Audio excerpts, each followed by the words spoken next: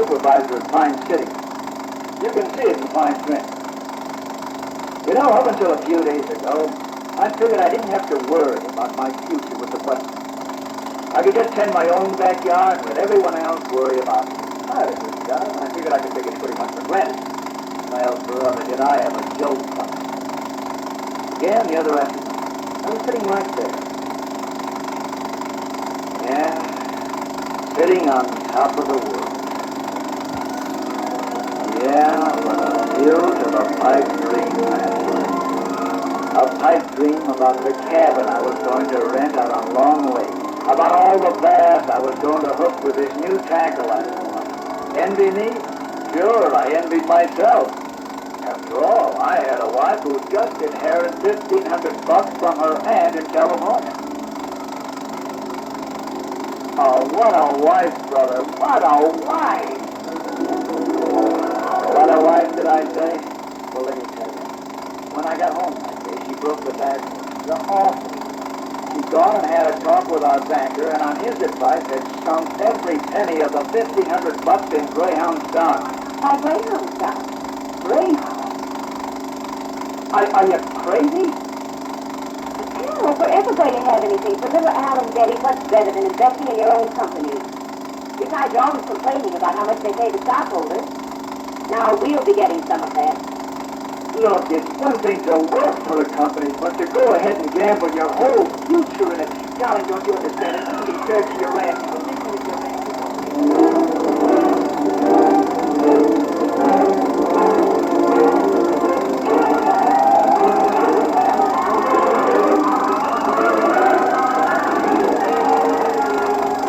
It's my money, Al, and I'm not going to sell that stock until you can show me good reason why I ought to.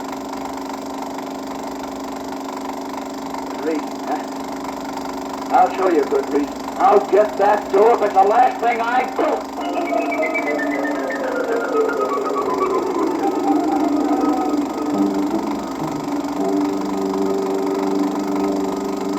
Yeah, sure.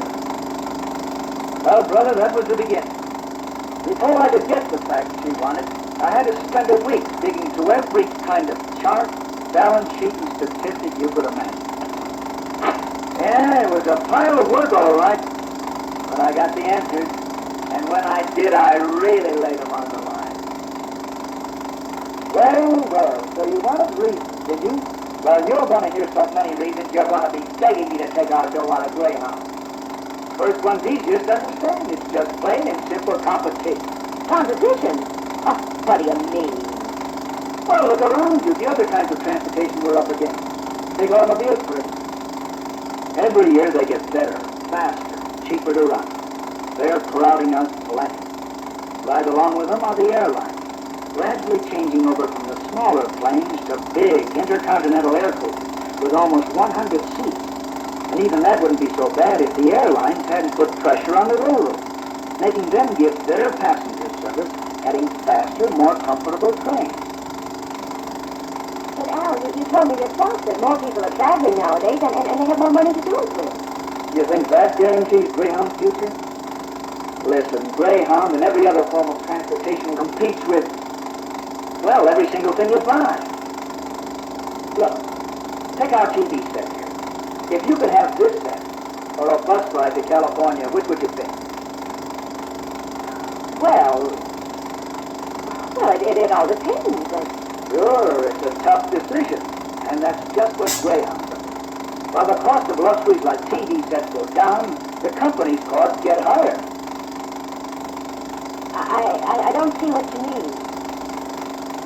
Look, Greyhound's in the business of selling seats. Only a seat is sure different from a TV set. When people stop buying television sets, the manufacturer can just store them in a warehouse until the market's ripe again. But we have to run the schedules whether we have a full load or not. And when seats aren't sold, there's no storing them in a warehouse, no markdowns or special sales in other cities. No, sir. When a bus seat goes empty, gone forever. We can't sell the seat tomorrow that went empty today. But what's that got to do with cars? Plenty. Here, take a look at this booklet. Now there's an average bus. Out of the 37 seats, the average Greyhound load is 22 and 1/2. Watch how the costs feed them up. 4 seats go to pay for maintenance. 4 more to pay the driver. 3 for station and traffic costs. 2 for gas, tires, and driver's expenses. 6 for licenses, insurance, safety, depreciation. 2 for income taxes. All in all, you've got to fill up 21 of those seats just to keep going and pay your bills. But you still got 1.5 left for profit. Sure, but out of those 1.5, you have to develop new buses, build terminals, pay dividends. That's your margin for staying in business, and a doggone slim one it is. And to make things worse, your costs are rising every day, eating into that margin. Gradually getting to the point where maybe there won't be any margin at all. Oh, come on now, Al. If that's the case, it's perfectly obvious what Greyhound can do. They can sell more seats. 25, 30, even over 37. Say, there's a real bright answer. Why do you suppose I keep telling you about competition? You got more and more people riding planes and trains and cars. How are you going to get more passengers? Well, I suppose I have to take your word for that. Well, there's certainly another idea, Al. How about lowering the cost of running a bus? Cut down on the 21 seats it takes. Are you kidding? Listen, cutting costs is a tough job. Even cutting dividends isn't easy. You go without profit for a couple of years and your credit's no good. Well, you're a stockholder. Unless they keep you happy with dividends, how are they going to raise money to build new terminals, buy new buses? They need your money to get those things. Well, there must be some other place to cut. How about some of those big management costs? Yeah, where are you going to start? Take our own system here. We got to have an operating department to keep the line running. Traffic to make up schedules and promote and sell the service. Maintenance to keep the buses going. Safety for driver training. Legal and accounting to handle the paperwork. Well, even if that's true, Al, couldn't they cut down on some of the equipment that you buy? Crazy. Imagine how stupid we'd look running those old Z250s. No, sir. If we're going to compete nowadays, we've got to have the best equipment you can get. There must be some place. Figure it out for yourself. What you've got left is operating costs. Gas, tires, spare parts, heat and light for the terminal. I know from my own experience, you've either got to pay operating costs or your plane don't operate. And you've got taxes. The only place you can cut them is in Congress.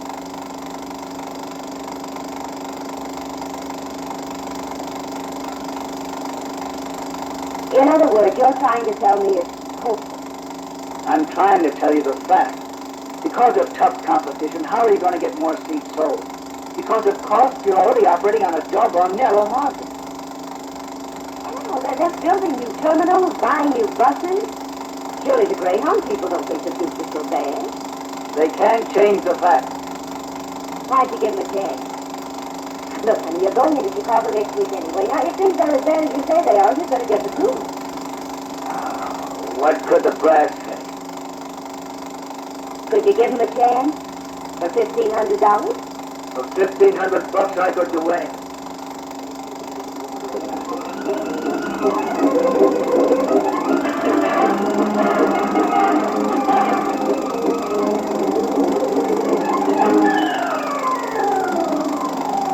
The way it looks to me, Mr. Bogan, Greyhound's gotten as big as it's ever going to get. And more important, I don't see how it's going to be able to reduce its cost. So what it boils down to is one big question. A question that's important to me as a stockholder as it is to me as an employee. The question is exactly where do we go from here? Well, we must give better service, keep our costs under tight control if we're to stay in business?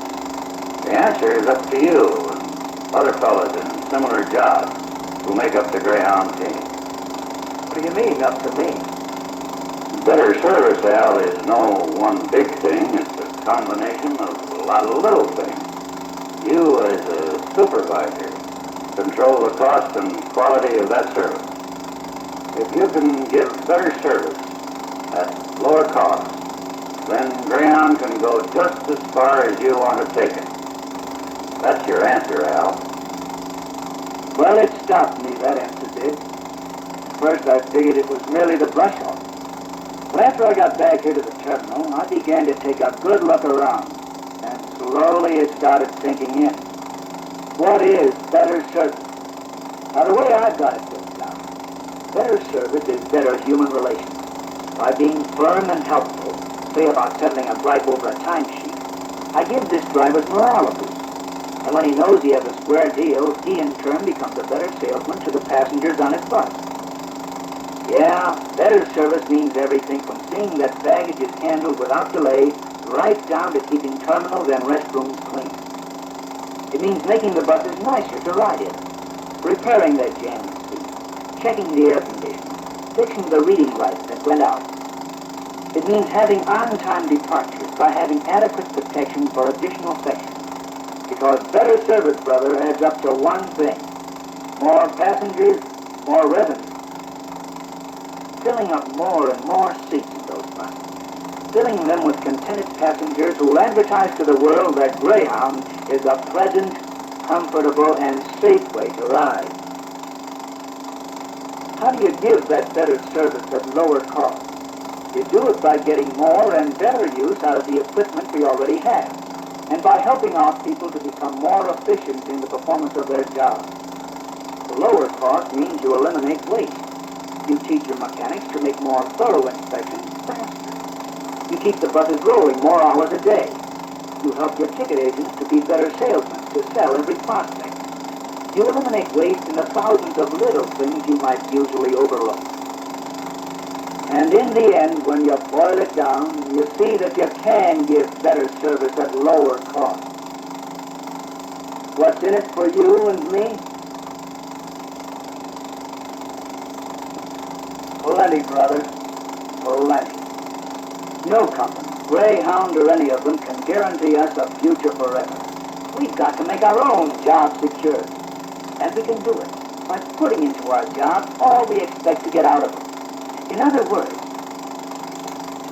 we make our own security by giving better service at lower cost. And that gets us more passengers, who in turn puts Greyhound in a stronger financial position. Brother, if we can put the company there and keep it there, then we've got doggone good insurance for the pensions, the retirement plans, the future of ourselves and our families. It's a two-way street. It's up to us to use it. As far as the wife is concerned, she figures we'll use it right. She's got to keep her stock for a while. And you know, like I was telling her the other night, now the picture's clear. At least now I don't have to ask, where do I go from here? No, sir. I've got my answer. From now on, it's, brother, just look at my gun. Yep, I sure told her. And you sure have a convenient memory. You want to know what he really said? You mean, honey, you're on the level? Of course I mean it. It's all right here in the will. He left me $3,000 all the time. But I knew if I told you at first, we'd go out and buy every fishing gadget in the country.